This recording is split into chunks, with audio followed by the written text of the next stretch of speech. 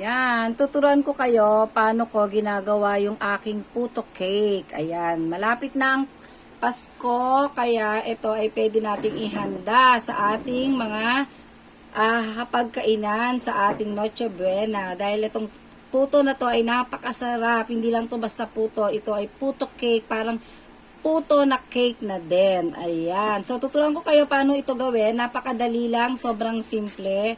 Ayan. Gagamitan lang natin siya ng 2 cups ng all-purpose flour. Ayan. Sinasala ko siya kasi may mga buo-buo siya. Ayan. Tapos, lalagyan lang natin siya ng 2 tablespoon ng baking powder. Baking powder. 1, 2. Ayan. 2 tablespoon ng baking powder. Tapos, lalagyan lang natin siya ng 4 tablespoon ng powdered milk. Any brand pwede, pero ginagamit ko kasi is Nido. Kasi para sa akin yung Nido kasi is parang malinamnam kasi siya sa puto. Kaya talagang Nido na yung ginagamit ko. Ayan. 4 tablespoon naman ang ilalagay natin. Ayan. 1, 2, 4. Ayan. Ayan. Tapos, ayan, sasalain lang natin siya. Pwede din naman itong hindi salain kasi puto naman siya eh. Kaya lang, gusto ko kasi siyang sinasala ang dami niyang buo-buo. Para mas pino yung mixture natin, hindi na tayo maghahalo ng napakatagal. Pero minsan kasi pag tinatamad na akong magsala, hindi ko na din to sinasala. Pwede naman. All-purpose flour pa rin ginagamit ko, pero pwede din kayong gumamit ng cake flour. Ayan. 2 cups ng cake flour. 2 cups din ng all-purpose flour. Tapos, lalagyan lang natin siya ng 1/2 cup ng white sugar. Ayan. Mimix lang natin siya para mag-well combine lang yung mga dry ingredients. Ayan. Mix lang natin ng maayos. Ayan. Tapos, maglagay lang tayo ng konting hole sa gitna. Ayan. Tapos, yung water, wala akong exact amount ng water eh. Tatantyahin na lang natin. So, ito is 1 cup muna. Ayan. Tapos, haluin. Ayan. So, nakikita nyo, hindi pa okay yung consistency. Hindi pa ito yung hinahanap natin. Masyado pa siyang malapot. Magdadagdag lang tayo ng konting-konti na lang. Ayan. Siguro mga nasa 1/3 cup na lang yan. Pero wag nyo pa rin lahat ibubuhos muna. Konti-konti pa rin. Kasi hindi to pwedeng lumabdaw ng sobra, hindi na magiging maganda ang kakalabasan ng puto nyo. Ipapakita ko sa inyo kung anong consistency ba ang hinahanap natin sa puto.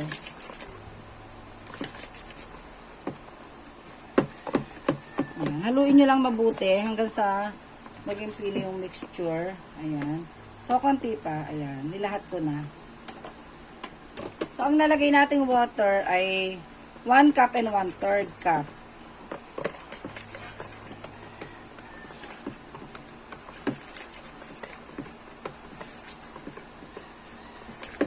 Ayan. So, okay na to.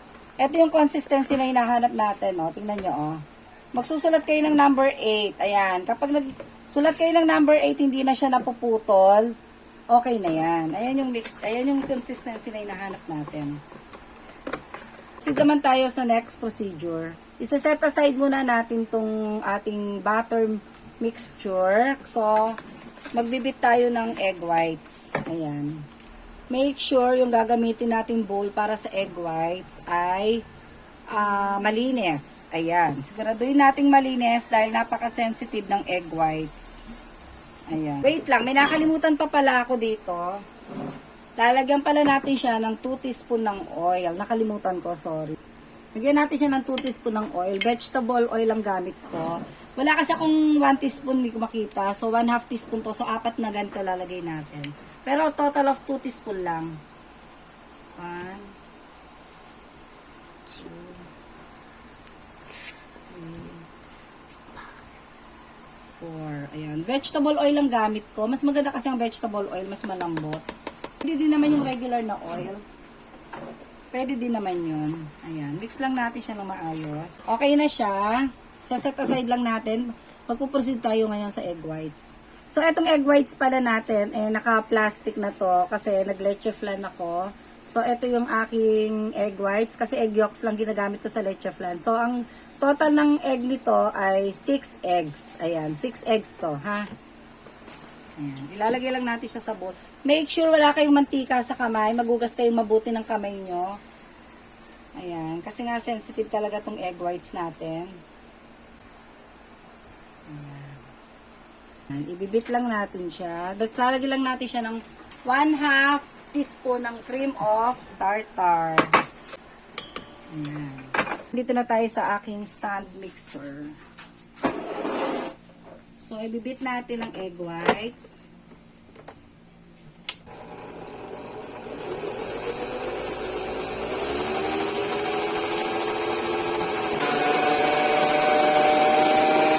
Ayan, kapag ganyan na siya, foamy na siya, lalagyan naman natin siya ng 1/2 cup ng white sugar. Konti-konti lang yung lagay, hindi natin siya pwedeng biglain. So, konti-konti lang po ang lagay.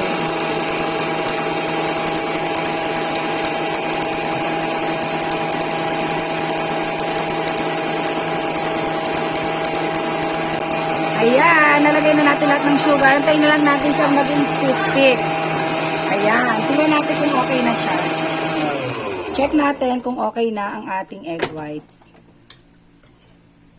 Ayan, okay na to. Ayan o, pwede na yung ganito. Ayan, so kukunin na ngayon natin yung ating butter mixture kanina.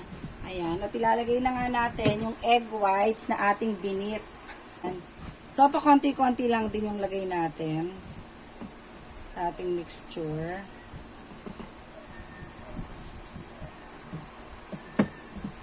Dahan-dahan lang po tayo sa paghalo. Kasi hindi to pwedeng ma-over sa halo. Dahil pag may egg whites po ang ating mga ginagawa, sensitive na yan. Hindi na siya aalsa pag nasobrahan tayo sa paghalo. So, dapat habang ginagawa nyo na tong procedure na to, nakasalang na rin yung inyong steamer. Para pag natapos na kayo dito sa ginagawa nyo, diretso salang na kayo, steam nyo na lang siya. Hindi na kayo mag-aantay pa sa pagpapakulo. Ayan. So, okay na pala yung ating mixture. Kaya, ayan. Ready to, na natin, transfer na. Sa mga, llanera kasi ako, llanera. Kasi yun yung aking mga paninda. Sa llanera ko nilalagay. Ilalagay ko to sa llanera. Ayan. Doon ko siya ita-transfer. Binibenta ko to. Ang benta ko dito is 50 pesos sa cheese. Tapos yung may salted egg ko naman ay 60 pesos. Ayan. So, ayan nakikita nyo ba kung gaano kaganda yung ating mixture. Ayan. So, makakagawa ko dito ng mga 7 to 8 na llanera. Iba-iba depende. Ayan. So, kailangan wala na siyang buo-buong egg whites. Make sure na mix lahat ng egg whites. Ayan. Para mas maganda yung kakalabasan ng puto natin. Ayan. So, okay na siya. Magta-transfer na ngayon tayo sa llanera. Ayan. So, 1 cup tayo per llanera.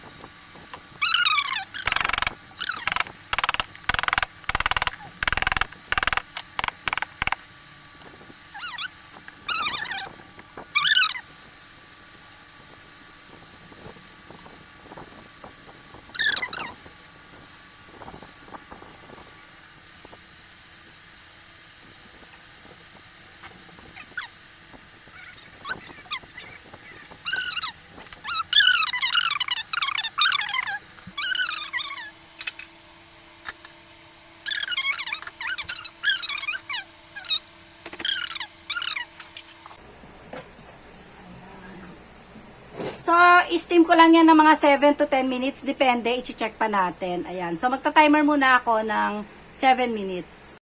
Tumunog na yung timer natin. I-check natin ngayon kung okay na siya.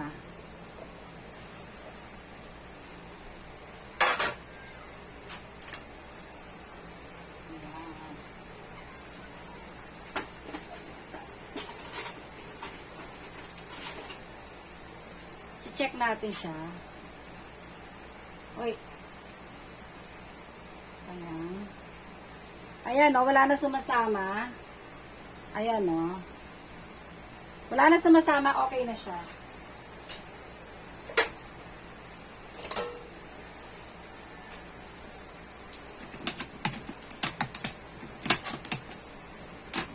Ayan. Nakita niyo ba kung gaano kaganda ng puto natin, di ba? Sobrang ganda.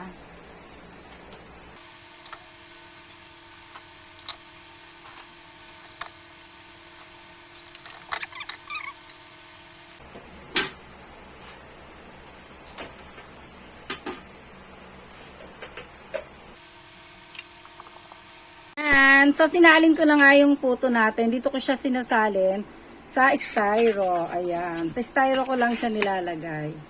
Ayan. Hello, hello. So, ayan nga yung aking ginawang puto. Nakita nyo ba kung gaano siya kaganda? O, diba? Grabe, sobrang ganda. Ayan. So, tatry na natin. Titikman ko. Siyempre, hindi tayo papayag na hindi natin matitikman. Dahil isa to sa favorite ko talaga na niluluto ko. Ayan o. Nakikita nyo ba kung gaano siya kaganda at kung gaano, ayan o, gaano siya kalambot. Ayan o. Nagbebenta din pala ako nito ng magkakaroon na rin pala tayo nito na mayroon din pala ako nitong 8 inches. Ayan. So, 8 inches natin. Makapal na yon, 300 yung benta ko. Ayan. May salted egg na yon. May itlog na siya na maalat. Ayan. So, titikman natin.